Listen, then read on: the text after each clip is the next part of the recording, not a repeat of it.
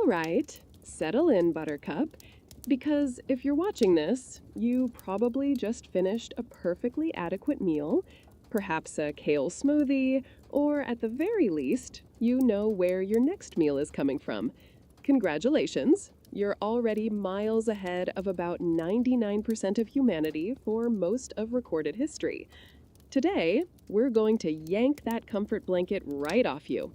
We're going to talk about hunger. Not the, ooh, I skipped lunch and I'm a bit peckish kind of hunger. We're talking about the deep, soul shriveling, every cell in your body screaming kind of hunger that was a daily existential threat for anyone unlucky enough to draw the short straw and be born into medieval Europe. Forget the shimmering tapestry of romanticized medieval life you've seen in movies. You know, the one where everyone's a dashing knight or a fair maiden, and banquets are overflowing with roasted swans and glittering goblets of wine. That's propaganda, darling. That's the medieval equivalent of an Instagram influencer's filtered vacation photos. The gritty, unvarnished reality? It smells, it aches, and most importantly, it's constantly, utterly, miserably hungry. You think you'd be a valiant warrior? A mystical sorceress? A charming bard? Please. You'd be a vaguely sticky, perpetually exhausted, perpetually starving peasant. Your grand quest would be finding a particularly plump rat. So let's play a little game. Imagine for just a moment that you, with your suspiciously clean teeth and your fully functional digestive system, are abruptly, unceremoniously, and quite rudely dropped into, say, 14th century France, or England, or anywhere, really, that didn't have a reliable grocery store or even a concept of one. The subtle scent of wood smoke and unwashed bodies hits you first. Then the chill that seems to seep into your very bones no matter the season. Your phone, naturally, doesn't work. Your trendy athleisure wear is entirely inappropriate. And your immediate, overwhelming problem, not finding Wi-Fi, not navigating the feudal system, but figuring out how to get enough calories to simply not die by sundown. Forget your avocado toast, your protein bars, your carefully portioned meal prep. Those are artifacts from a utopian future you've been cruelly yanked from. Your new best friend is chronic, soul-crushing hunger. It's a constant companion, a dull ache that sharpens into a gnawing agony, a background hum of emptiness that permeates every thought, every dream, every desperate waking moment. Your body, so accustomed to reliable fuel, would start protesting within hours. That slight headache you get when you miss a meal, that's about to become a full-blown migraine, followed by dizziness, weakness, and a profound, terrifying lethargy. Our goal here isn't just to explain why you'd starve. That's too clinical, too academic. No, our goal is to make you feel it, to taste the bland, gritty gruel, to smell the damp earth of a failed harvest, to hear the unsettling rumble of your own stomach as it devours itself. We're going to walk you through the systemic, unyielding, utterly depressing reasons that your modern, pampered metabolism would simply throw in the towel, shrivel up, and politely cease to function in the glorious epic of knights and castles. And trust me, it's going to be hilarious in the darkest possible way. So, brace yourself. You're about to meet your medieval self. And spoiler alert, they're not looking so good.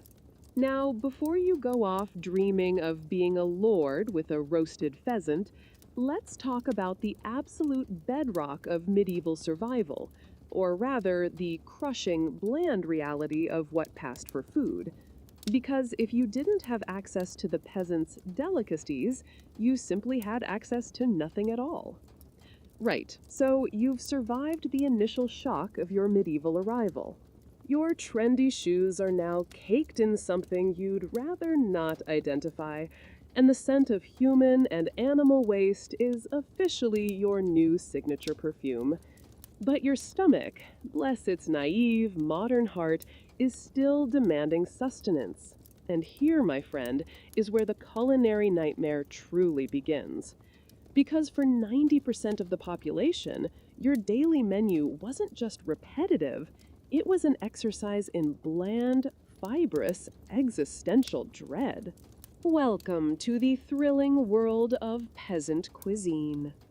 At the absolute apex of this gastronomic pyramid of despair sat the holy trinity of blandness: barley, rye, and oats. These were the unquestioned monarchs of the medieval plate. Forget wheat, that was largely for the rich, for fine bread. You, my friend, were getting the rough stuff. These grains weren't chosen for their delightful flavor profiles or their vibrant nutritional content. Oh no, they were chosen because they grew, albeit grudgingly, in the often unforgiving medieval climate and soil, and they formed the base of everything. Every single thing. Imagine this. You wake up after a night spent on a straw mattress that probably hosts more wildlife than your local zoo, and your first thought is, what's for breakfast? The answer, with a depressing, almost musical regularity, is gruel. You'll become intimately familiar with the texture of ground grain boiled with water, sometimes a bit of milk if a cow hadn't died recently, usually just water. It's thin, watery, barely caloric, and tastes precisely like what it is: boiled starch and desperation. It's less a meal and more a warm, viscous reminder that you are, in fact, still alive and still profoundly hungry. It's the breakfast of champions, if your championship is in sustained disappointment. Then comes the lunch and dinner portion of your day, which, for all intents and purposes, was variations on a single theme: pottage. Ah, the glorious pottage. The very word sounds like something you'd scrape off the bottom of a pond. This wasn't a gourmet soup. This was a culinary experiment in, what did we manage to find today that won't actively kill us? Into the communal pot, bubbling over an open fire, went whatever could be scrounged. A bit of barley or oat groats, certainly. Some roots, dug from the increasingly depleted earth. Maybe a few wild herbs, if you knew which ones wouldn't cause immediate violent vomiting. Bits of cabbage or leeks, if your garden patch hadn't been ravaged by pests or your lord's tax collectors. The texture of pottage varied wildly. Sometimes it was a thick, almost solid mass, a stew of sorrow.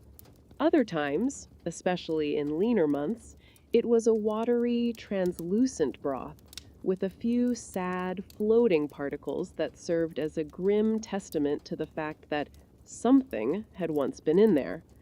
The flavor? Non-existent, mostly. Or rather an amalgamation of earthy, bitter, and vaguely metallic notes, occasionally punctuated by a suspicious tang. You'd eat it with a wooden spoon, huddled by the fire, the steam carrying the aroma of wet ash and something vaguely vegetable-like. You wouldn't savor it, you wouldn't enjoy it. You'd simply shovel it in because it was fuel. Inadequate, soul-crushing fuel, but fuel nonetheless. And the vegetables? If you're picturing vibrant salads or crisp sweet carrots, you need a reality check. Your vegetable intake came from whatever grew wild in the fields and forests, assuming you had the time, knowledge, and permission to forage. We're talking nettles, thistles, carefully stripped, of course, dock leaves, wild garlic, dandelion greens. These weren't the tender, hydroponically grown greens of today. These were tough, bitter, often fibrous plants, requiring extensive boiling to make them even marginally palatable. If you were lucky, you might have a small garden plot for cabbage, leeks, or onions, but even these were often meager, prone to disease, and a constant target for hungry pests or even hungrier neighbors. Meat was a dream, a whisper of a distant, impossible luxury. Fish, if you lived near a river and weren't poaching, was a rare treat. Eggs, milk, cheese. These were precious commodities, often sold off to pay taxes, or simply too scarce to be a daily staple. So your meals, day in and day out, were a repetitive cycle of gruel and pottage.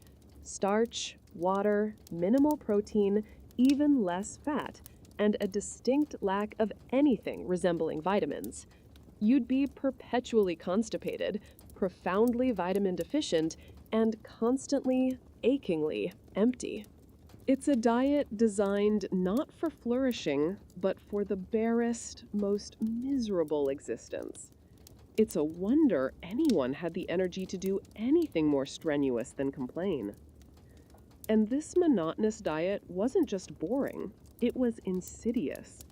It promised sustenance, but delivered only deficiency. You'd feel full from the sheer bulk of indigestible fiber and water, but your body would be screaming for actual nutrients. It's like filling your car with sand instead of gasoline.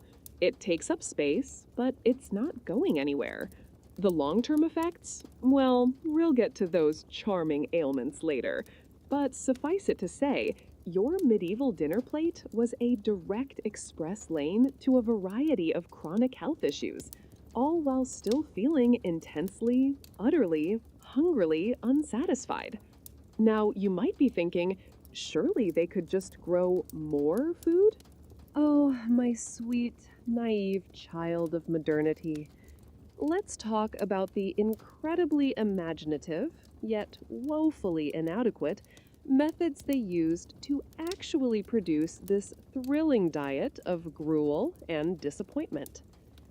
So, you've choked down your morning gruel, or rather, it's slid down your throat with the consistency of lukewarm wallpaper paste, and now it's time to earn your next bowl of liquid regret. You're heading out to the fields because everything, absolutely everything in this era, revolves around the land. And here, my friend, you'll discover that medieval agriculture was less a sophisticated system and more an elaborate, back-breaking gamble against nature, with all the odds stacked firmly against you. This wasn't farming, it was a prayer in dirt, perpetually stuck on a loading screen. Let's start with the undisputed pinnacle of medieval agricultural innovation, the three-field system. On paper, it sounded brilliant, a stroke of genius that allowed for incremental improvements in yield compared to the older two-field method. The idea was simple. Divide your arable land into 3 sections. One field would grow winter crops, like wheat or rye. Another would grow spring crops, like oats or barley or legumes. And the third would lie fallow, empty, doing absolutely nothing productive, just chilling out, taking a break, recovering its precious nutrients. Now, for its time, this was indeed an upgrade. It meant only 1/3 of your land was idle at any given moment, rather than half. But let's pause and appreciate the sheer inefficiency here. 1/3 of your potential food source just not producing. Why? Because they didn't understand crop rotation in the modern sense, they didn't have chemical fertilizers, their understanding of soil science amounted to the dirt seems tired. So, to prevent the land from becoming completely barren and useless, they had to give it a sabbatical. Every year, you'd rotate, So each field got its turn to rest and regenerate, ostensibly. It was a slow, inefficient rotation, ensuring that chronic underproduction was built directly into the system. You're essentially farming with one hand tied behind your back while juggling flaming torches. And then there are the tools. You're not getting a shiny, diesel-powered tractor here, capable of plowing an acre in minutes. Oh no, you're getting the agricultural equivalent of a blunt spoon. Wooden plows, often tipped with a bit of iron, were the cutting-edge technology. And by cutting edge, I mean they barely scratched the surface of the soil. They didn't turn it over deeply, which meant less aeration, less nutrient mixing, and less effective seedbed preparation. Pulling these heavy, cumbersome contraptions, usually oxen, slow, incredibly powerful, but also incredibly slow. Imagine trying to prepare a field the size of a modern football pitch with a device that moves at a snail's pace and requires two large, stubborn animals to operate. The effort, the sweat, the sheer physical toll just to make a shallow furrow in the dirt, all for a minimal yield. Manual harvesting was, as you can imagine, an absolute joy. Armed with a scythe or a sickle, essentially a curved blade on a stick, you'd spend endless, back-breaking hours bent double in the sun, meticulously cutting down each stalk of grain. There was no combine harvester, no mechanized baler. Every single ear of grain, every single stalk, was individually handled. Losses were immense. Grains would shatter and fall to the ground, rodents would get to them, birds would swoop in. It was a race against the elements, against pests, and against your own rapidly fading strength. The sheer physical labor for a minimal yield meant that every calorie you ate had been bought with an insane amount of effort. You'd probably burn more calories farming than you'd actually ingest from the harvested crop. An excellent diet plan if your goal is skeletal chic. And let's not forget the crucial, yet utterly inadequate, issue of fertilizer. Your local home and garden center doesn't exist. There's no convenient bag of triple 19 to sprinkle. Your options were incredibly limited. Primarily, it was manure, animal droppings. So you'd be collecting the waste from your own meager livestock, or perhaps, if you were really lucky, the Lord's animals. But there simply wasn't enough of it. The livestock population wasn't vast enough to adequately fertilize the sprawling fields, and even if there was, the understanding of how and when to apply it for maximum effect was rudimentary at best. The result? Rapid soil depletion. The land, year after year, slowly lost its vitality, giving back less and less for the same back-breaking effort. It was a slow, ecological suicide, driven by ignorance and necessity. Finally, the seeds themselves. You weren't buying hybrid, genetically optimized seeds with guaranteed germination rates. Oh no. You were typically saving a portion of your own harvest from the previous year. This meant seed quality was wildly inconsistent. Seeds were often contaminated, prone to disease, or simply unviable. You'd plant them, watch them, pray over them, knowing that a significant portion might never sprout. And those that did sprout, they were susceptible. Pests, blight, fungus. A single bad season could wipe out your entire future. Planting was less a scientific endeavor and more a desperate gamble, a throwing of dice against an indifferent, often hostile universe. You put in the labor, you put in the hope, and often you got suffering. So your medieval farmer wasn't just battling hunger. They were battling geology, biology, and the sheer inertia of primitive technology. Every mouthful of gruel, every morsel of pottage represented a titanic struggle against overwhelming odds. And even with these Herculean efforts, even with these innovative systems, there was always one unpredictable, overwhelmingly powerful force ready to smash all your meager efforts to dust. Mother Nature, our next delightful topic, was your most unreliable landlord. So you've somehow managed to scratch a meager living from the tired earth, coaxing a few defiant stalks of grain out of the ground with your primitive tools and Herculean effort. You fertilized with whatever animal droppings you could scrape together and planted the best, least rotten, seeds you had. You're exhausted, your back aches, and your hands are calloused beyond recognition. Now, you stand at the mercy of the ultimate, unpredictable, and entirely unforgiving force, Mother Nature. And in medieval times, she was less a nurturing matriarch and more a capricious, often cruel deity, whose whims could instantly transform your carefully cultivated field into a barren wasteland. She was quite simply your most unreliable landlord. Let's begin with the overarching atmospheric antagonist of much of the late medieval period, the Little Ice Age. Not a full-blown continental glacier kind of ice age, no, but a significant, sustained cooling trend that made life immeasurably harder. The growing seasons became shorter, the winters longer and more brutal. Summers, when they arrived, were often cooler and wetter than ideal.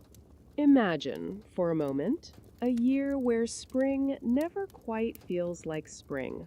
Summer is more of a damp, lukewarm autumn, and winter arrives with an extra, spiteful bite. This wasn't an anomaly. For centuries, this was the baseline.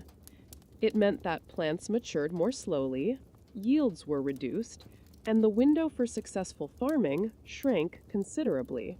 You'd be battling not just poor soil and bad tools, but a climate that was actively, systematically working against your survival. It was like trying to grow a vineyard in Antarctica. Then came the twin scourges of precipitation: too much or not enough. Rain, rain, go away, or come at the absolutely wrong time. A persistent, driving deluge during the spring planting season. Your fields become a muddy, impassable bog, drowning seeds before they can even sprout, washing away precious topsoil. Imagine trying to plow through that, the heavy mud sucking at your boots, the oxen struggling, the rain plastering your hair to your face, and if the rains continued through summer, the nightmare scenario: waterlogged crops, stalks bending and breaking, grains rotting on the ear, or becoming infested with mildew and fungus. Floods could wash away entire harvests, carrying away your year's labor and your future sustenance in a relentless, muddy torrent. You'd stand on the edge of your devastated field, watching your hopes literally float away, the damp chill seeping into your very bones, a profound emptiness growing in your stomach. Conversely, the scorching sun's fury was equally devastating. Droughts, prolonged periods of no rain, turning your painstakingly cultivated fields into dust bowls. The soil cracks, hardens, and becomes incapable of supporting life. Young seedlings shrivel and die. Mature plants wither, their leaves turning brittle, their heads drooping, before ultimately collapsing into desiccated husks. The air fills with dust, the sun beats down relentlessly, and you watch, helpless, as your precious crops bake into oblivion. The ground becomes so hard that even if rain eventually comes, it struggles to penetrate, often just running off, taking more topsoil with it. Rivers dry up, wells run low, and even getting enough water to drink, let alone to irrigate, becomes a desperate struggle. The very air would feel heavy with despair, the silence of a dying field punctuated only by the mournful wind. But the real masterpiece of medieval misery was the perfect storm of disasters. It wasn't always just one bad season. Oh no, that would be too simple. Imagine a cold, wet spring, delaying planting and stunting early growth. Then, just as the crops are finally trying to catch up, a sudden, brutal summer drought bakes them to a crisp. Follow that with an unseasonably early autumn frost that kills whatever meager sprouts might have survived. Or a hailstorm that flattens everything within minutes, like some divine tantrum. This cascading series of environmental calamities could, and often did, wipe out entire regions, not just for a season, but for years, as the land struggled to recover and the population simply ceased to be. You'd watch the sky, not with idle curiosity, but with an intense, desperate anxiety. Every cloud, every gust of wind, every change in temperature carried the weight of your survival. Prayers for good weather were constant, heartfelt, and, frankly, utterly useless against the indifferent forces of nature. Your understanding of meteorology was limited to, it's raining too much, or it's not raining enough, and your ability to mitigate its effects was almost non-existent.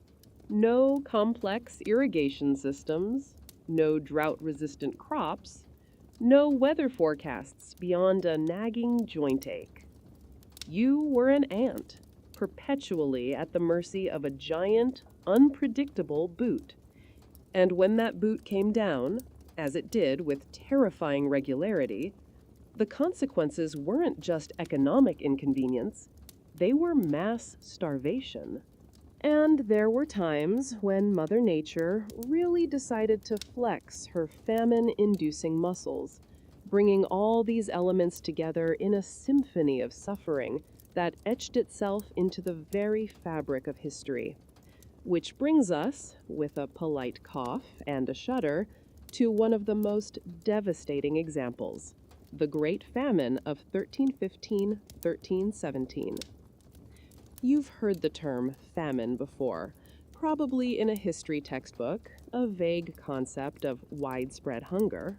But let me assure you, you haven't truly understood it until you peer into the abyss of something like the Great Famine of 1315-1317. This wasn't just a bad harvest.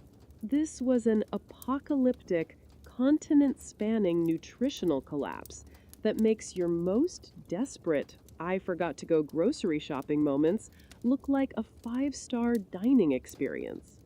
This was a famine so profound, so devastating, that even the rats, those ubiquitous, opportunistic scavengers, reportedly struggled to find anything to gnaw on. That, my friends, is a truly terrifying benchmark of scarcity. The genesis of this disaster wasn't a sudden, cataclysmic event, but a slow, insidious creep of misery, courtesy of our good friend, Mother Nature. For years leading up to 1315, Europe experienced unusually wet, cold summers. Imagine that. Year after year, the skies opening up, dumping incessant rain, turning fields into quagmires, preventing seeds from germinating, rotting crops in the ground. The sun, when it did appear, was a weak, indifferent orb, offering little warmth or light to bring the plants to maturity. It was a relentless, hydrological assault on the very foundations of medieval society, slowly eroding food reserves, weakening populations, and setting the stage for the coming catastrophe. Then, 1315 hit with a particular vengeance. The rains were heavier, the temperatures colder, the growing season practically non-existent in many regions. The harvest, where it existed at all, was a pitiful fraction of what was needed, and it didn't stop. 11316 brought more of the same, a relentless succession of unseasonable cold and damp that made a mockery of all human effort.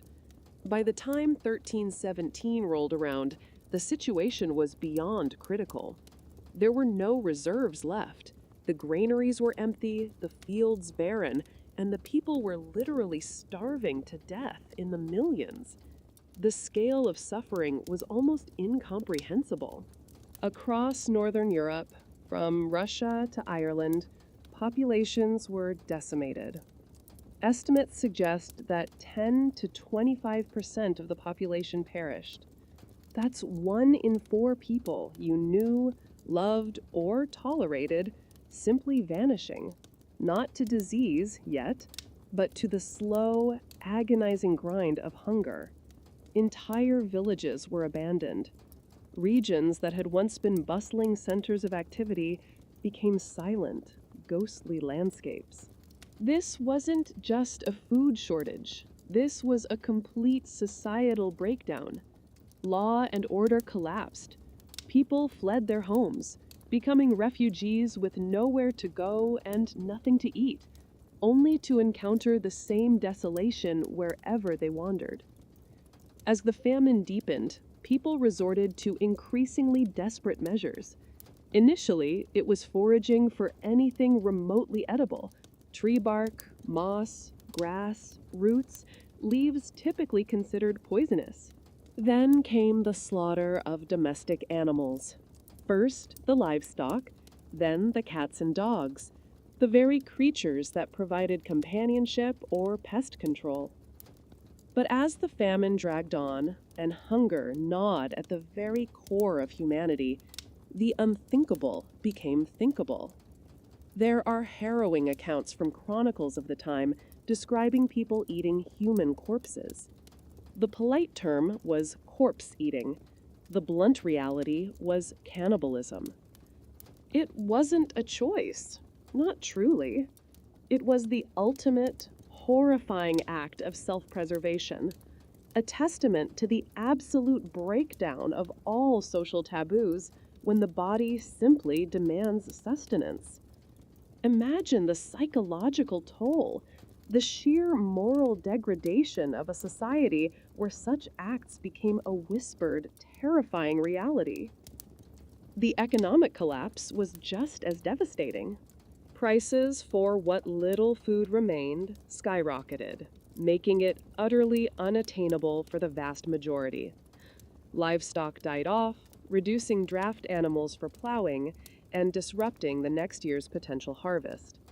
Trade routes, already fragile, completely broke down as regions hoarded what they had or simply had nothing to trade.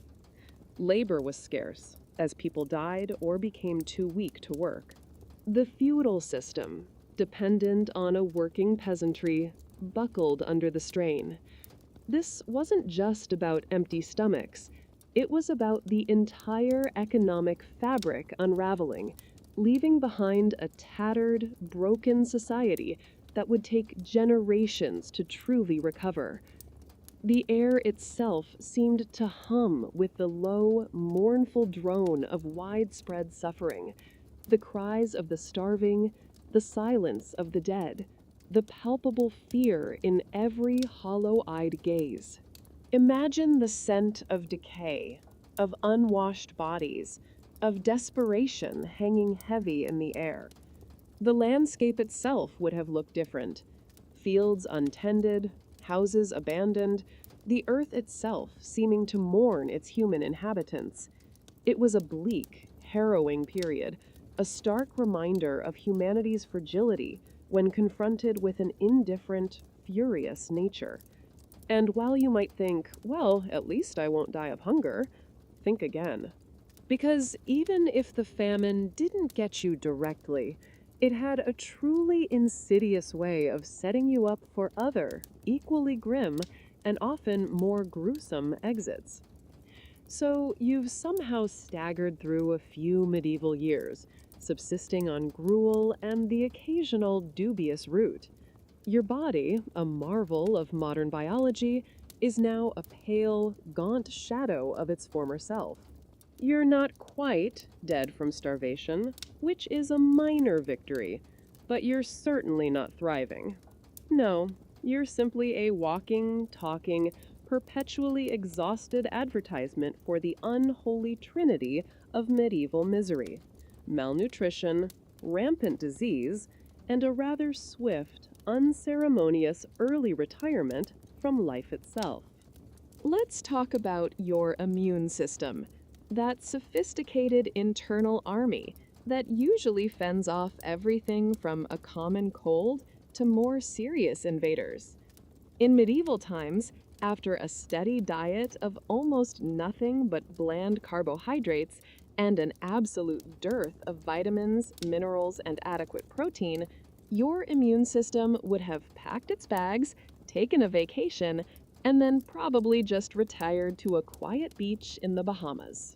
It simply wouldn't function. Chronic lack of vitamin C? Hello, scurvy, with its charming symptoms of bleeding gums, tooth loss, and open sores. Not enough iron? Anemia, leading to profound fatigue, dizziness, and a general air of wanting to lie down and never get up. Lack of protein? Muscle wasting, edema, swelling, and a body that simply can't repair itself or produce vital antibodies. You'd become a walking target for every sniffle, every cough, every nasty pathogen lurking in the perpetually unsanitary environment.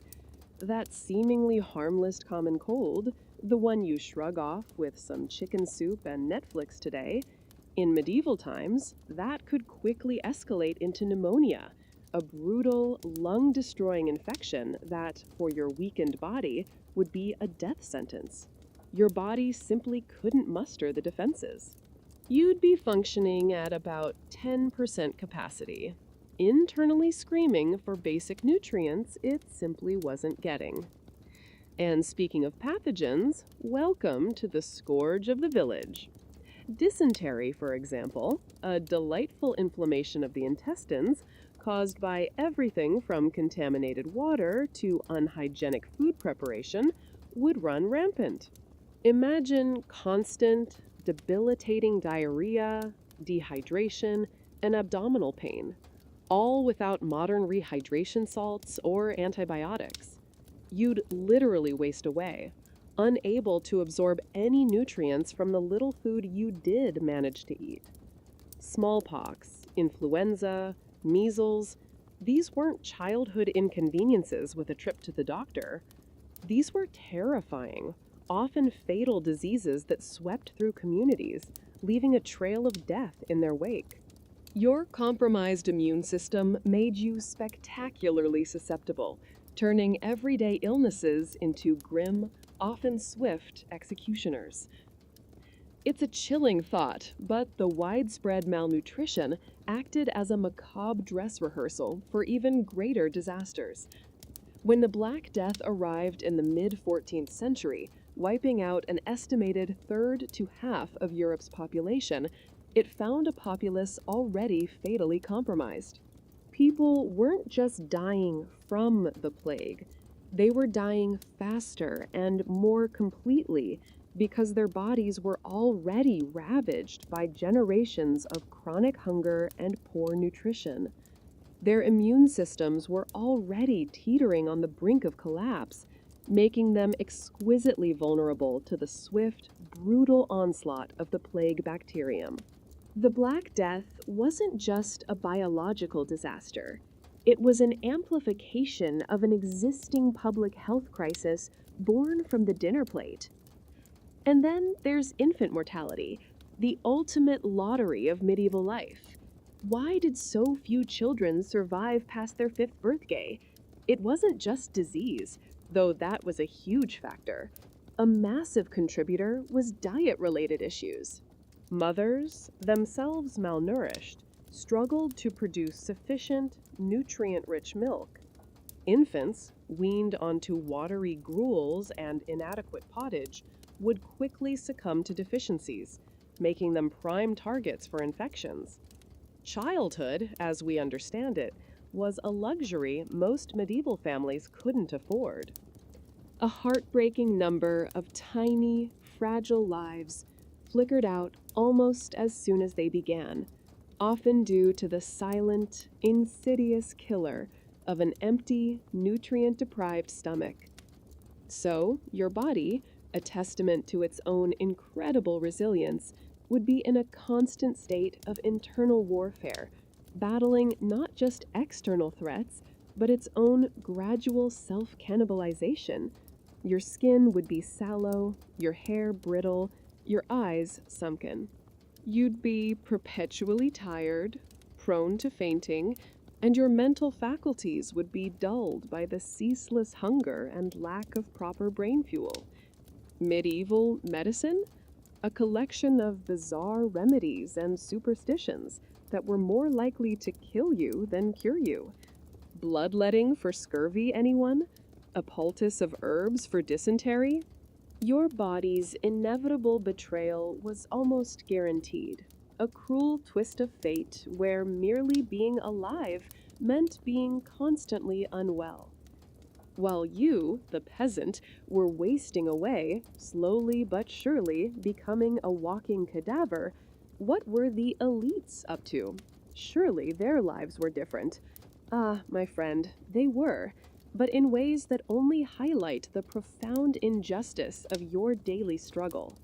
All right, enough about your sad, shriveled medieval existence.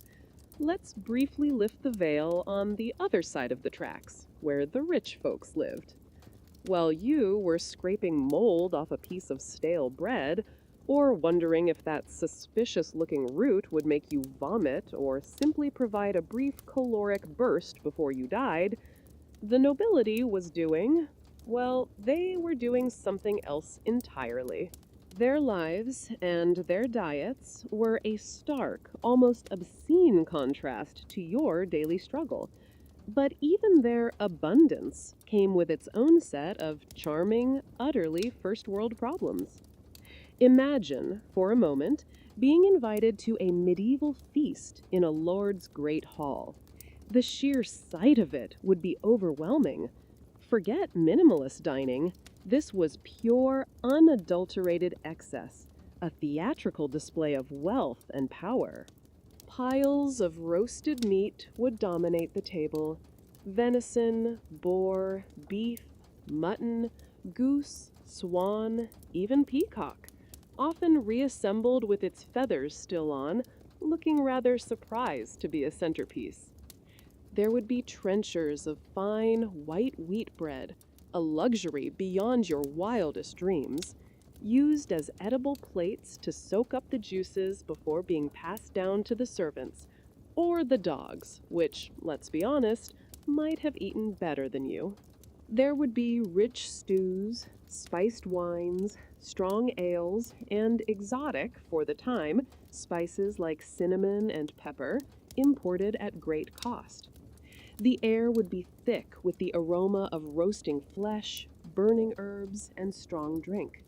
It was a spectacle, an affirmation of status, and an absolute nightmare for their internal organs. Because while you were dying of too little, they were often dying of too much.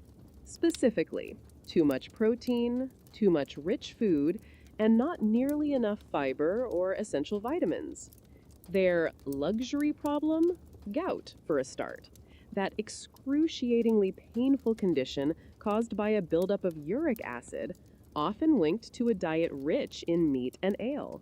Imagine waking up with your big toe feeling like it's been repeatedly hammered by a blacksmith, all because you had too many roasted capons. Obesity, heart disease, diabetes, conditions that modern medicine now links to overconsumption and poor diet, were the silent scourges of the medieval elite. They died of too much, you died of too little. Balance, right? A truly cosmic irony, that both ends of the social spectrum were equally doomed by their respective diets. And the system wasn't just about economic disparities, it was legally enforced hunger for you, the peasant. The food hierarchy was real, and it was brutal. You were often legally forbidden from hunting certain game in the Lord's forests. That juicy stag bounding through the woods, that magnificent boar rooting in the undergrowth, those were not for your grumbling belly. Those were for the Duke's feast, for his table, for his gout. Poaching, the desperate act of a hungry man trying to feed his family, was a capital offense. The penalties were swift and savage: mutilation, imprisonment, or death. The very laws of the land were designed to ensure that the rich stayed rich and well-fed, and you, the common person, starved first. It was a cruel, efficient system of hunger management designed to protect the privileged few. Now, you might be thinking, what about charity? Didn't the lords ever share? Oh, they did, sometimes. But it was often limited, often performative, and almost always a drop in the ocean of widespread suffering. During severe famines, some wealthy lords might distribute alms or a portion of their stored grain to their immediate tenants.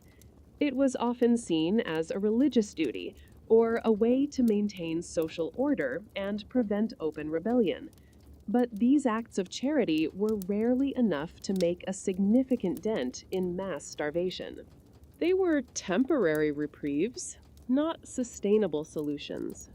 A few handfuls of grain for a village of hundreds meant that everyone got a mouthful, then went back to being desperately hungry. It was a gesture, not a lifeline, and certainly not enough to pull you back from the brink of a nutrient-deficient, disease-ridden demise. So, while you were contemplating the relative edibility of shoe leather, your lord was probably complaining about indigestion after his third course of swan. The disconnect was not just economic, it was a chasm of understanding, a fundamental division in the experience of life itself. The nobility existed in a parallel universe of caloric surplus, while you struggled in a realm of constant deficit. And speaking of disconnect, what role did the ultimate authority, the church, play in this grand, starving drama? Let's peel back the layers of piety and discover God's menu. You've survived the cold, the dirt, the bland food, and the Lord's indifference. Now it's Sunday, or rather, it's a feast day, or a holy day, or just, a regular Tuesday. And you're once again contemplating your empty stomach, because beyond the capricious weather and the greedy lords, there was another omnipresent force shaping your diet: the church. God's menu, as interpreted by medieval clergy, was less about sustenance and more about piety, often equating to self-deprivation for the masses, especially when you already had nothing. Let's talk about the fasting fiasco.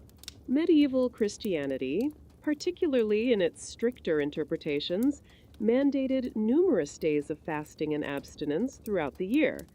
Lent, the 40 days leading up to Easter, was the big one. Ember days were specific periods of fasting. Fridays, almost universally, were meatless days. And there were countless other saints' days, vigils, and penitential periods where you were expected to abstain. Now, abstinence didn't always mean no food at all, though that did happen. It often meant no meat, no dairy, and sometimes no eggs. This might sound manageable to a modern person who can just pivot to a plant-based diet with plenty of tofu and legumes, but for you, the medieval peasant, whose diet was already critically deficient in protein and fats, these periods were excruciating. Imagine being profoundly malnourished, your body screaming for any kind of sustenance, and then being told that, for religious reasons, you couldn't eat the small amount of protein you might have scrounged, like a few eggs or some tough salted fish. It wasn't about choosing a healthy plant-based option. It was about further restricting an already meager, unbalanced diet. These fasts weren't just a physical strain. They were a psychological torment, a constant reminder of your hunger, exacerbated by the guilt of potentially offending God if you succumbed to your body's desperate demands. Your path to piety, it seemed, was paved with an empty stomach and a profound sense of self-denial. Then there was the tithes toll. The glorious tithe. 10% of your harvest, your produce, your income, whatever you managed to eke out of the earth, went directly to the church. 10%. Regardless of how much or how little you had. Didn't matter if your harvest was bountiful or if drought had decimated 80% of your crops.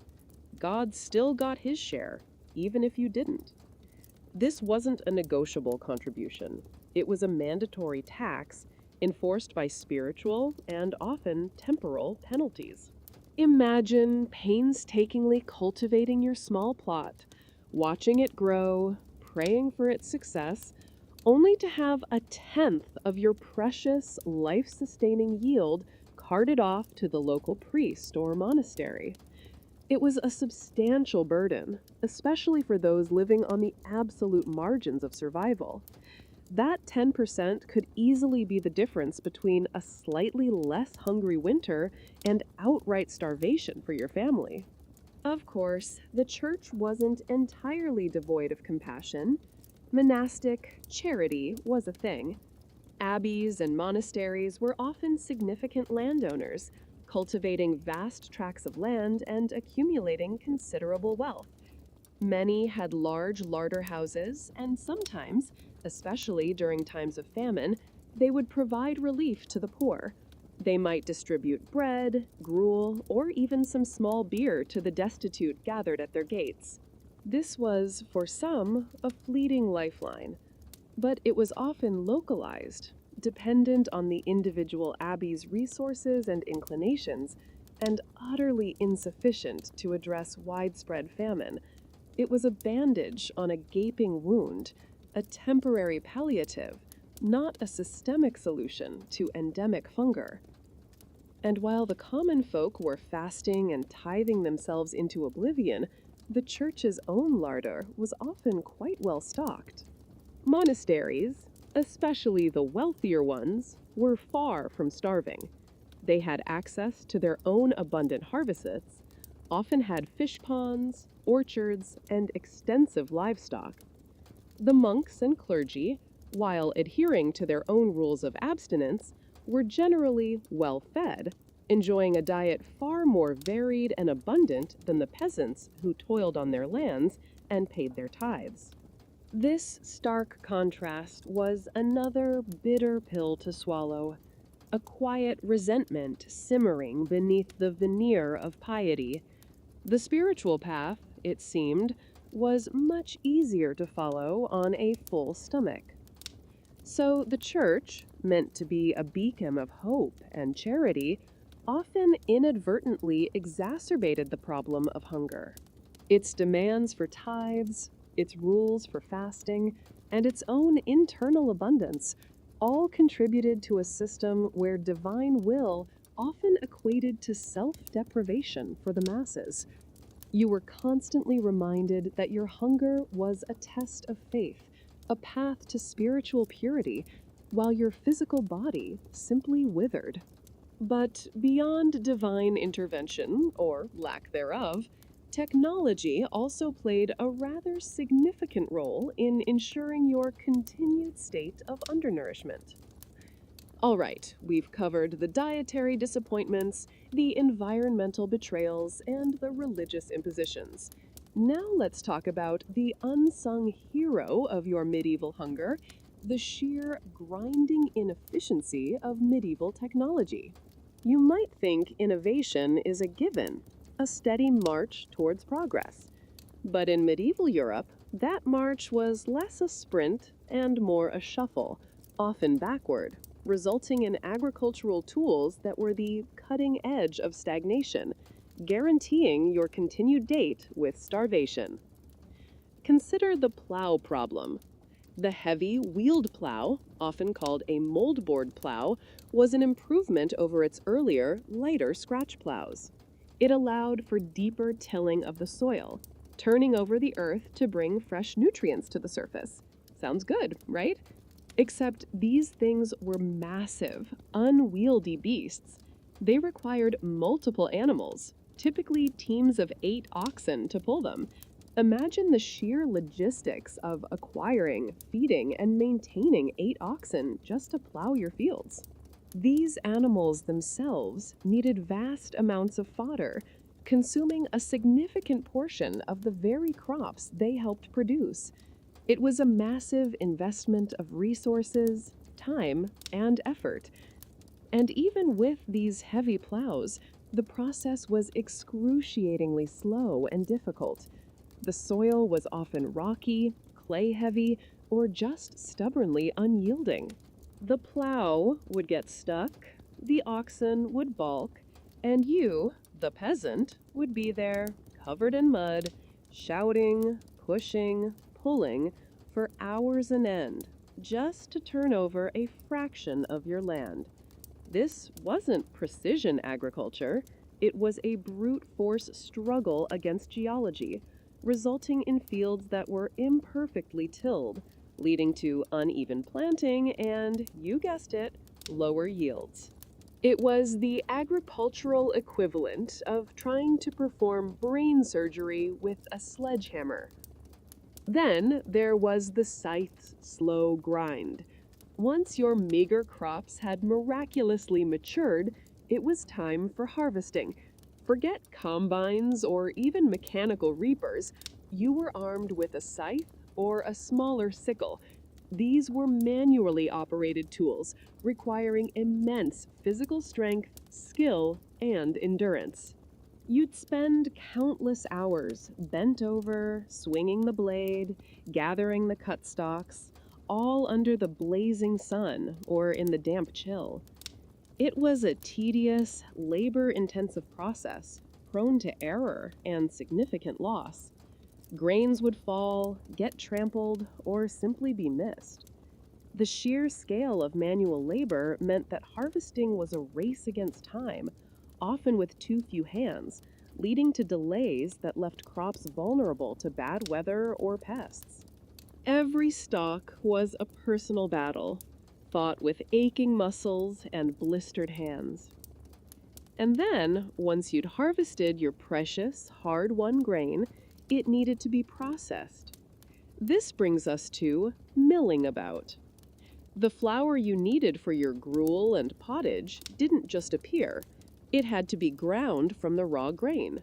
This was done at a mill, typically powered by water or wind. These mills were critical infrastructure, but they also came with significant limitations.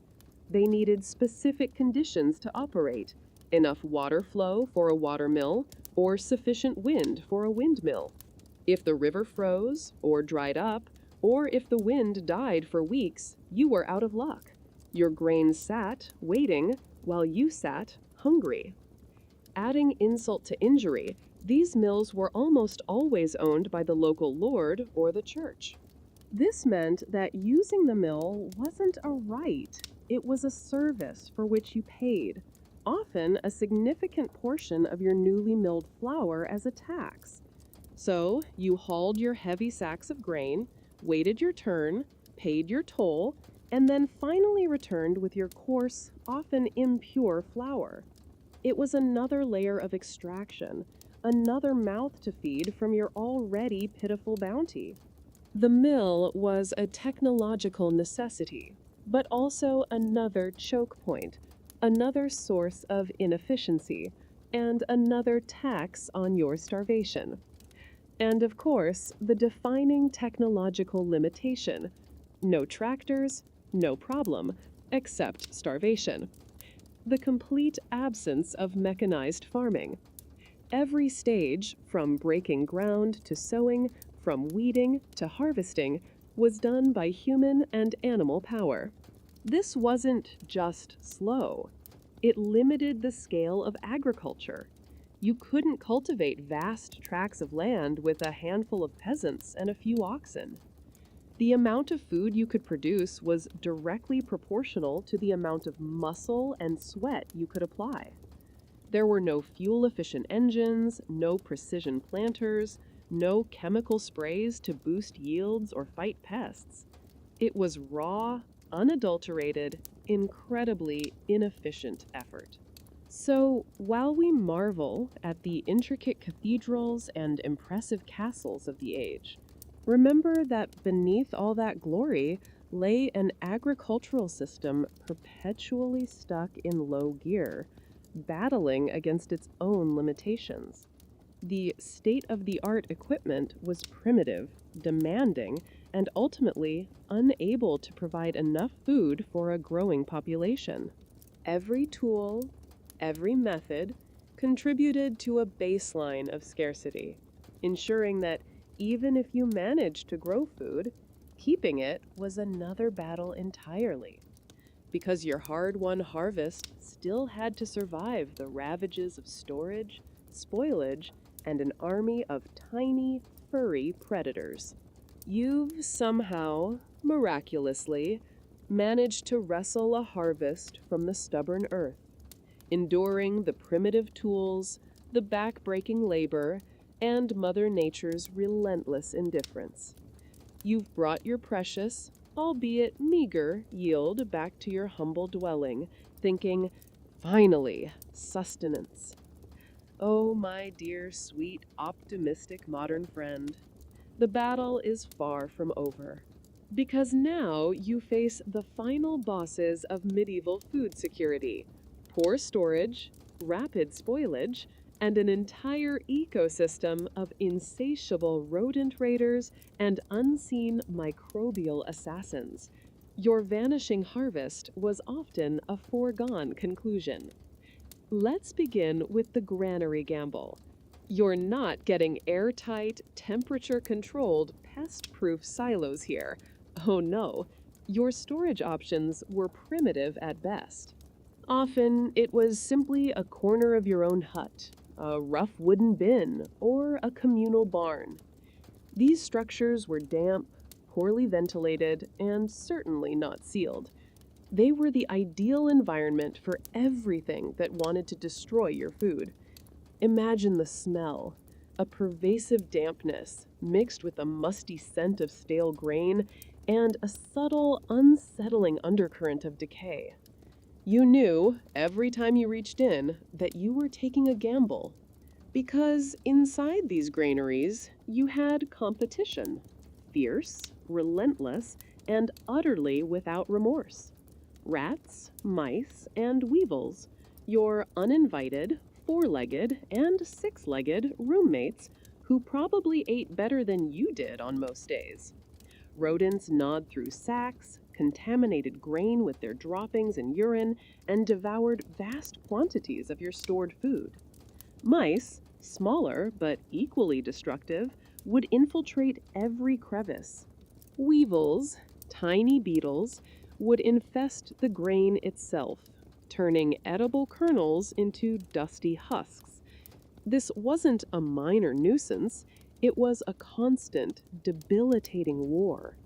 You'd hear the skittering in the walls at night, the rustling in the bins, knowing that every sound represented another chunk of your winter provisions being devoured by creatures that reproduced faster than you could swat them.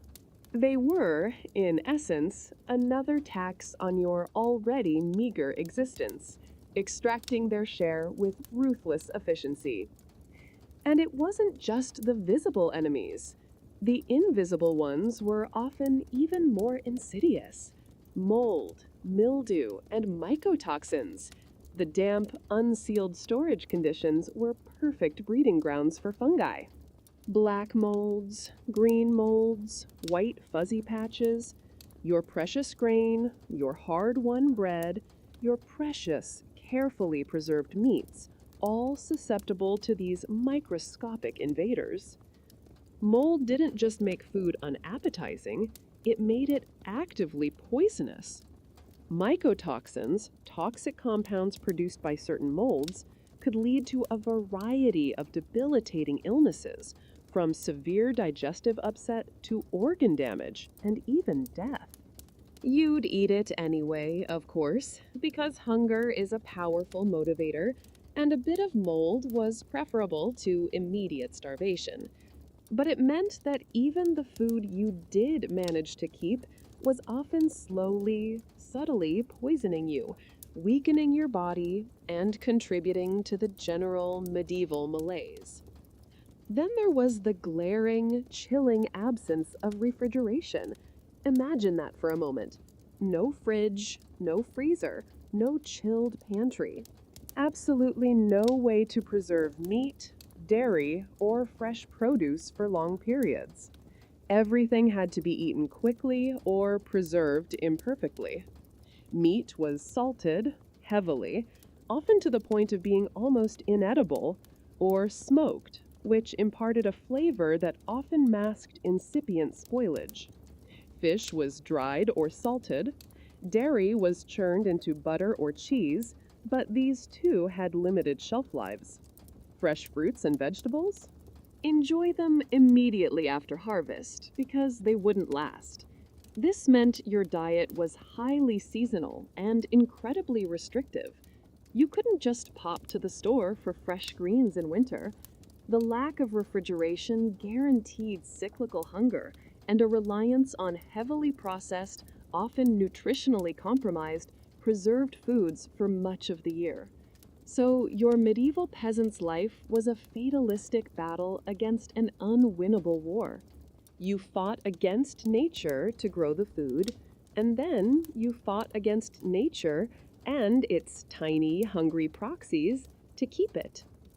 The grim reality was that a significant portion of your harvest, sometimes as much as 20–30%, simply vanished between field and stomach, lost to pests, rot, and the sheer technological limitations of the age. It was a constant, exasperating cycle of effort and loss, ensuring that even in good years, hunger was never far away. Speaking of vanishing food, what about meat? Surely they were eating more than just grain. My friend, that's another mirage. All right, if you're still clinging to some shred of romantic medieval fantasy, it probably involves a robust peasant, perhaps with a hearty laugh, tucking into a hunk of roasted meat. Let's dispel that particular delusion right now. The notion of abundant meat for the common folk is, quite simply, a mirage. You, the medieval peasant, were not eating steak. You were barely eating meat at all. And if you did, it was usually the kind of meat that would make your stomach churn and your modern sensibilities recoil. First, the simple economic reality: the cost of carcasses. Raising animals was an expensive, resource-intensive endeavor. They needed land to graze, feed to sustain them, which competed with your own food supply, and labor to tend them. A pig wasn't just a potential meal, it was an investment. It might provide manure for your fields, or its offspring could be sold. A cow was even more valuable for its milk, its calves, and as a draft animal. Slaughtering one for meat was a significant financial decision, often a last resort or a rare, celebratory event, not a casual culinary choice. These animals represented capital, not daily sustenance. The idea of having a regular, consistent supply of fresh meat was an absurdity. Then there were the infamous hunting laws, and the undeniable fact that the Lord's game was exactly that. Those lush forests, teeming with deer, wild boar, and game birds, were not your personal pantry. They were often designated hunting preserves for the nobility. Poaching, the desperate act of trying to snag a rabbit or a pheasant to feed your starving family, was a capital offense. Imagine the fear, sneaking through the woods under the cloak of darkness, the gnawing hunger in your belly competing with the primal terror of being caught. The punishment for such an act could be swift and brutal: mutilation, a hand or an eye removed, or even death. That juicy stag was indeed for the Duke's gout, not your grumbling belly. The law ensured that the wild bounty of the land remained exclusively for the privileged few, while you went without. Even when meat was available, it was often a seasonal and fleeting treat, especially due to the winter cull. As autumn turned to winter and fodder became scarce, many animals, particularly pigs and older cattle, were slaughtered. This was a pragmatic decision. Better to kill them than try to feed them through a lean winter, only for them to waste away or die of disease. This meant a brief, glorious glut of meat in the late autumn. But remember our earlier discussion about the lack of refrigeration? This meant that most of that meat had to be immediately preserved, usually by heavy salting, smoking, or drying. So for the brief period it was available, you might get a taste of fresh meat. But for the vast majority of the year, your meat was tough, leathery, heavily salted, and often barely recognizable as animal flesh. And finally, let's talk about the meat you did get, if you were lucky. Forget prime cuts. You weren't getting tenderloins or ribeyes. You were getting the scraps, the offal, the bits that the lords wouldn't touch. We're talking trotters, tripe, liver, lungs, intestines, the nose-to-tail eating that sounds trendy today, but was born out of utter necessity then. These required extensive preparation, careful cleaning, and often prolonged cooking to make them even remotely edible. Even then, they were often tough, chewy, and distinctly unappetizing. And what about aged salt pork? A staple for many, it was incredibly high in sodium, contributing to its own set of health problems, and typically lacked any appealing flavor beyond salty and pork-like. It was enough to make you long for the bland consistency of gruel. So, the dream of abundant meat for the medieval peasant was just that, a dream, quickly shattered by economic realities, draconian laws, and technological limitations. Your diet was overwhelmingly plant-based, not by choice, but by stark, unavoidable necessity. You might see a lord's feast and smell the roasting meat, but it was an experience utterly alien to your own daily struggle. You'd go to bed with your stomach rumbling, dreaming of a single, unseasoned, tough piece of gristle, a far cry from the juicy steak you're imagining. And while we're talking about basic necessities, let's move from solid food to the ultimate liquid lifeline, water, or rather, the distinct lack of safe, drinkable water. You've navigated the dietary minefield, endured the agricultural slog, and faced the indignities of food storage. But even if you somehow manage to get a few mouthfuls of sustenance, there's a more fundamental, more insidious threat lurking in plain sight: water. Specifically, the pervasive problem of safe drinking water. In medieval times, the water, water everywhere, nor any drop to drink, was not just a poetic lament, it was a grim, daily reality. You would have been surrounded by water, but very little of it was actually safe for consumption, leading to a rather unique and mildly inebriated hydration strategy. Let's talk about the village well of woes. Imagine your local well or stream. Now imagine that every single household in the village disposes of its human waste, animal waste, and general refuse wherever is convenient, which is often disturbingly close to that very water source. Add to that the constant presence of livestock, their droppings leaching into the soil and, inevitably, into the groundwater. And then there's the runoff from the fields, carrying whatever fertilizers, manure, and pollutants are present directly into the water supply. Your village well wasn't just a source of hydration, it was a microscopic war zone, a perfect breeding ground for every disease known to humankind. Contamination was rampant and unavoidable. Cholera, dysentery, typhoid, these waterborne illnesses were not abstract concepts. They were omnipresent threats, capable of sweeping through a community with terrifying speed and lethality. Every sip of water was a gamble, a roll of the dice with your internal organs. You would have seen the visible signs, the murky appearance, perhaps a strange smell, but with no understanding of germ theory, you'd simply drink it, because what choice did you have? The fear of death by dehydration would always outweigh the unknown risk of invisible pathogens. So, humanity, in its infinite medieval wisdom, came up with a safe alternative: ale and beer. Why drink water that might kill you when you can drink something mildly fermented that probably won't? These low-alcohol beverages were consumed by everyone from dawn till dusk throughout the day.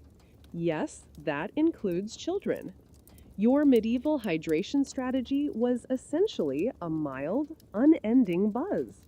You'd wake up, have some small beer, a very low-alcohol brew, drink it with your gruel, take it to the fields, and finish your day with a slightly stronger ale. It was ubiquitous, a necessary staple for survival, rather than a purely recreational drink. The brewing process, which involved boiling the water, naturally killed most of the harmful bacteria.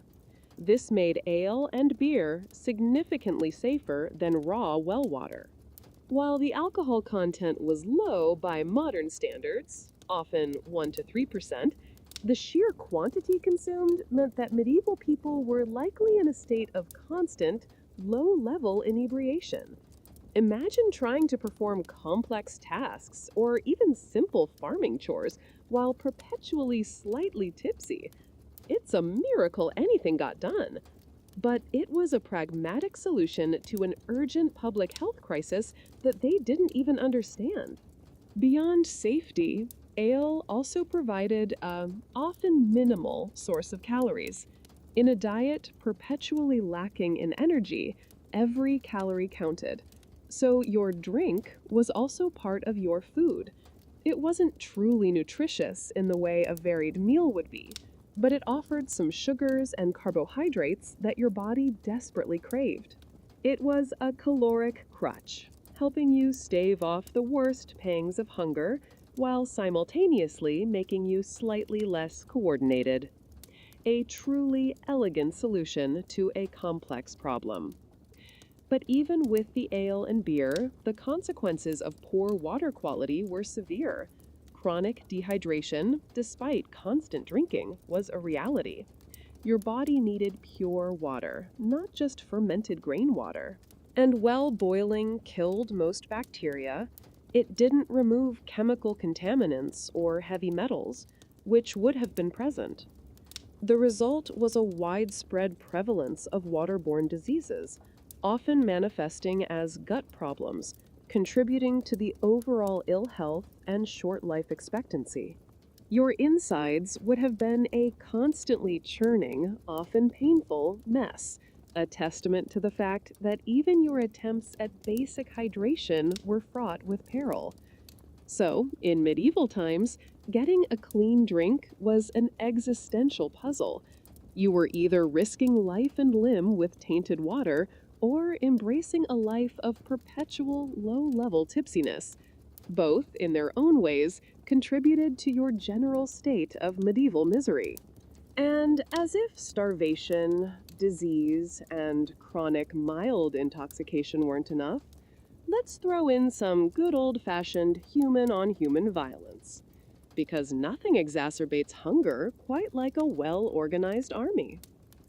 So, you've managed to get a few sips of ale, gnaw on some questionable offal, and avoid dying from dysentery. You're practically thriving.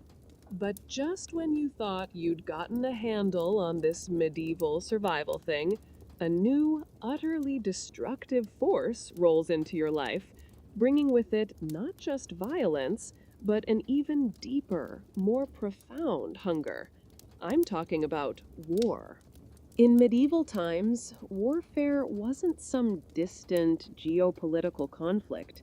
It was a brutal, up-close, and personal catastrophe that directly exacerbated food shortages and often spelled the final, definitive end of your existence.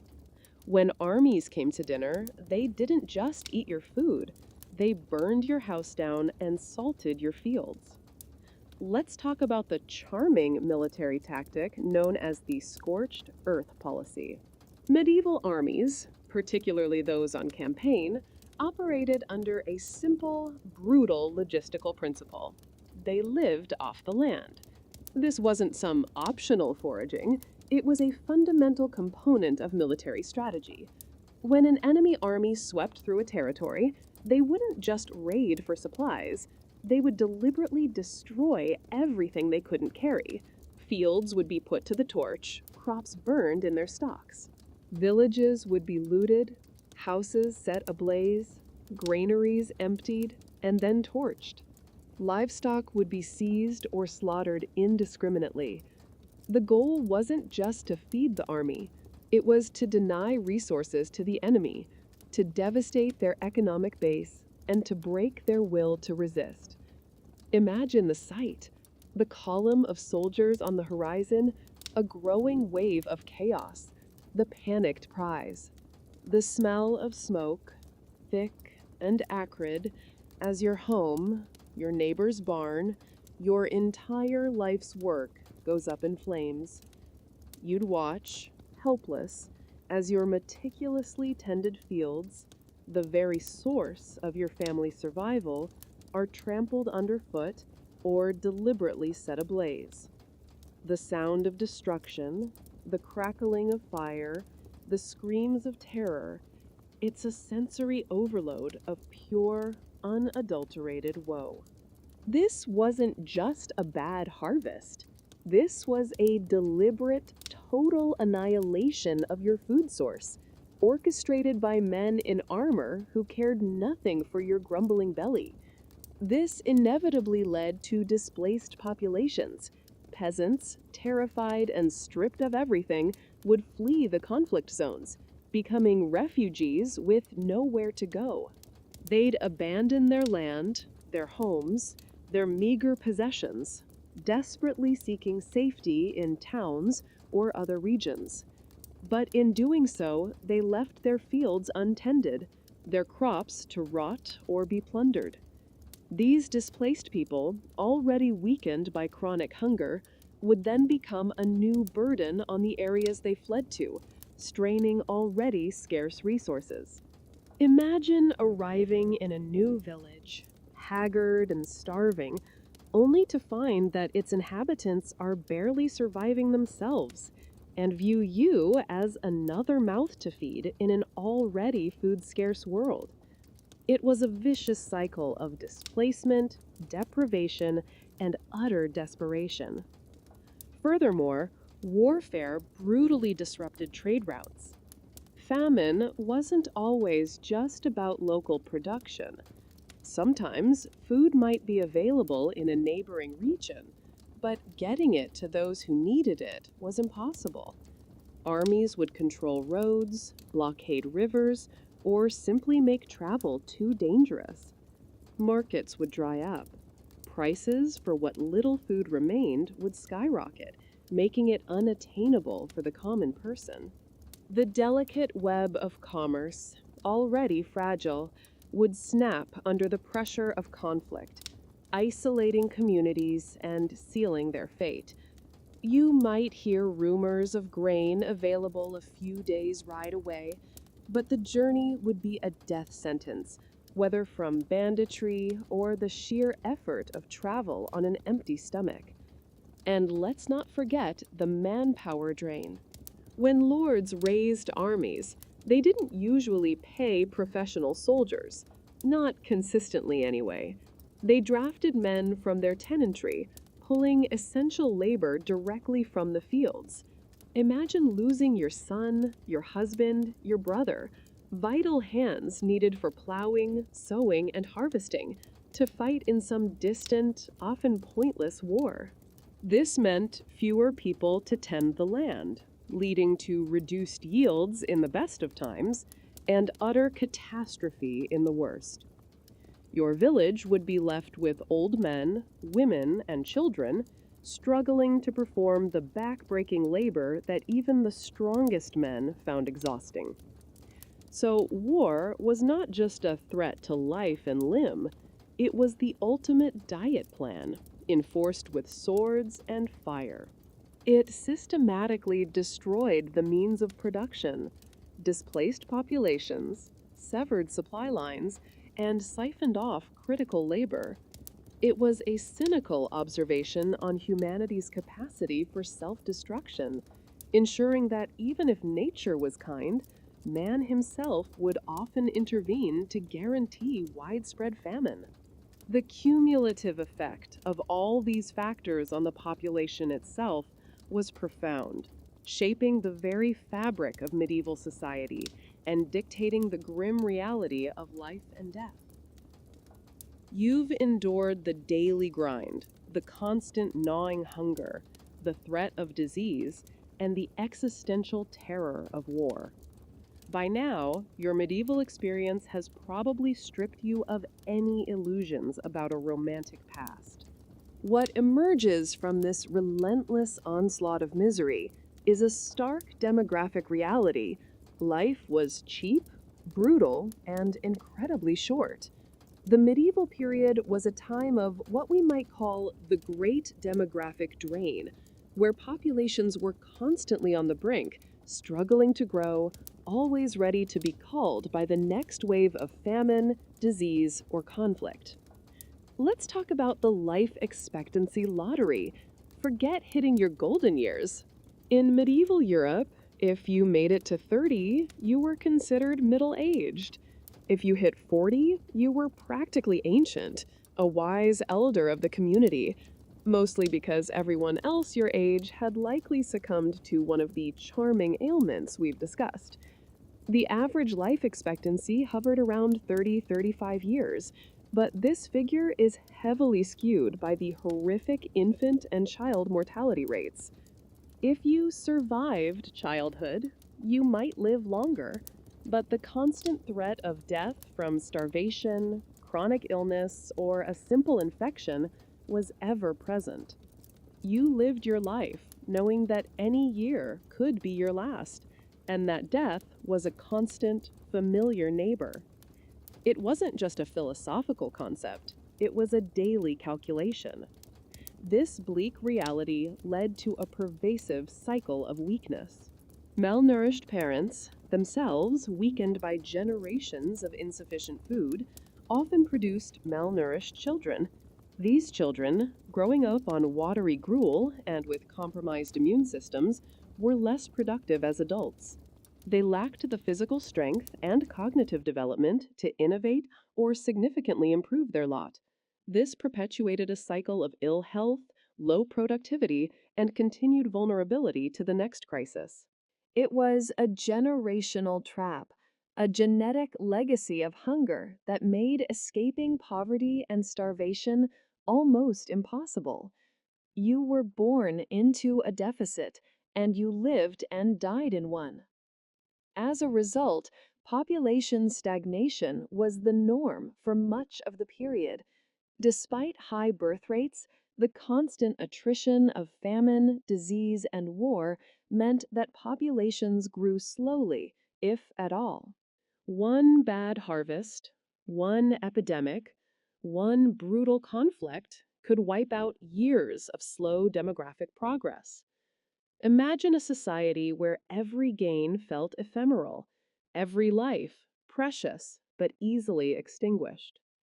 The population was like a leaky bucket, constantly being filled but always draining, never quite overflowing. It was a struggle just to maintain numbers, let alone expand or flourish. And then, as a darkly twisted footnote, came the Black Death's twisted aftermath. When the plague ravaged Europe in the mid 14th century, wiping out untold millions, it had an unforeseen, albeit morbid, consequence. For the survivors, resources per person suddenly became more abundant. With so many mouths gone, there was more land, more food, and higher wages for labor. It offered a brief, morbid respite from the relentless pressure of overpopulation and resource scarcity. Fields that had been marginal could be abandoned, allowing for more productive land use. Peasants, suddenly in demand, gained a bit more leverage. But this was a temporary, horrific solution born from unimaginable suffering. And the underlying agricultural problems, the inefficient methods, the lack of food preservation, the vulnerability to climate, quickly resurfaced. The respite was fleeting, and the core issues of medieval hunger remained firmly in place. So your medieval life was not just short, it was a constant, grinding battle against a backdrop of demographic fragility. You were a tiny cog in a perpetually struggling machine, your existence valued mostly for your labor, your death often a statistic or even a morbid convenience.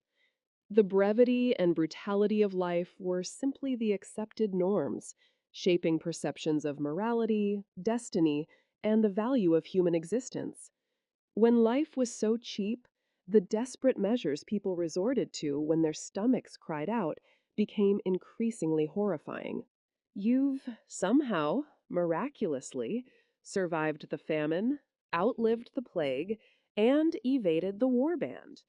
You're a medieval survivor, a testament to sheer stubbornness and perhaps a dash of morbid luck. But the hunger? The hunger remains. And when all other avenues for sustenance are exhausted, when your stomach has been rumbling for days, when your body is starting to consume its own muscle, that's when the truly desperate kitchen opens for business. This isn't about culinary innovation. It's about the terrifying, often horrifying foods people resorted to when facing imminent starvation. This is where humanity pushed its boundaries, often into the unspeakable. First, let's explore the charming world of foraging for the faint of heart.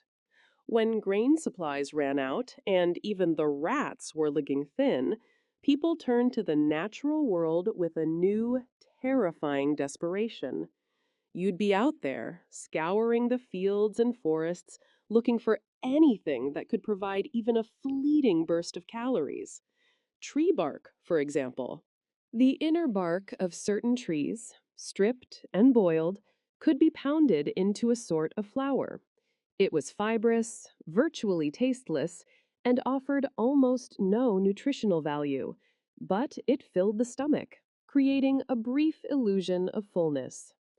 Moss, grass, obscure roots, leaves, usually considered inedible or even poisonous, these became your gourmet ingredients. Imagine the texture of boiled moss, the bitter taste of wild roots, the feeling of eating something that your body actively rejects, but your brain insists upon for survival. It was a profound act of degradation, a stark reminder of how far human dignity could fall in the face of absolute hunger. Then came the pet problem. When the wild things were gone and the last vestiges of livestock had been consumed, desperation often turned inward. Domestic animals, usually companions or useful for pests, became meals. Dogs and cats, once integral parts of household life, were slaughtered and eaten. It wasn't a choice made lightly. It was a heartbreaking, gut wrenching decision, born of the primal instinct to survive. Imagine looking at your loyal hound, the one that kept the vermin away, and knowing that it was the only thing standing between your family and death. The psychological toll of such an act, the emotional scar it would leave, would be immense. But when starvation is at the door, sentimentality is a luxury you cannot afford. And then we delve into the ultimate taboo, accounts of cannibalism. During the most severe famines, particularly those like the Great Famine of 1315 to 1317, chronicles and historical records contain chilling, undeniable references to people resorting to eating human flesh. It wasn't widespread, normalized practice, but it was a horrifying, grim reality, often whispered about with a mixture of terror and disgust. Imagine a world where the starving eyes of your neighbors hold not just desperation, but a flicker of something far more predatory. It was the absolute nadir of human suffering, a complete breakdown of all social mores, driven by the primal, irresistible command of a body that simply demands to live. These weren't monsters. These were people pushed beyond the breaking point, a testament to the sheer destructive power of prolonged hunger. The hunger itself, prolonged and relentless, led to a profound psychological breakdown. People became lethargic, apathetic, their minds dulled by the lack of nutrients and the ceaseless internal agony. Moral judgment blurred, empathy withered, and the world narrowed to the single, overwhelming imperative of finding food. Theft, violence, infanticide, acts that would normally be unthinkable, became terrifyingly common as people lost their grip on reality and humanity. The hunger wasn't just a physical pain, it was a spiritual and mental corrosive, stripping away everything that made people human, leaving behind only the raw, desperate animal. So the desperate kitchen was less about cooking and more about a horrifying inventory of last resorts: tree bark, pet meat, and, in the darkest of times, human flesh.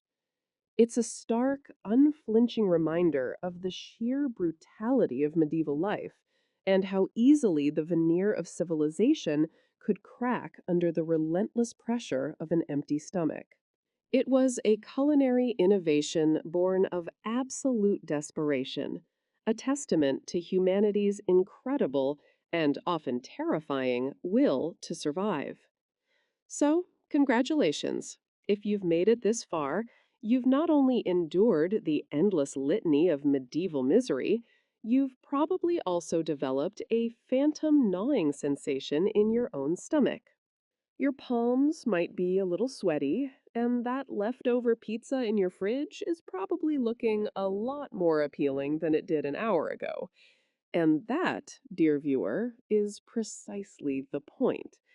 Because if you were genuinely dropped into medieval times, your sophisticated, modern metabolism, accustomed to a constant stream of readily available, often excessive food, would simply not make it. You would starve. Probably quite quickly, and definitely quite miserably. Let's recap your unfortunate, hypothetical journey into historical hunger.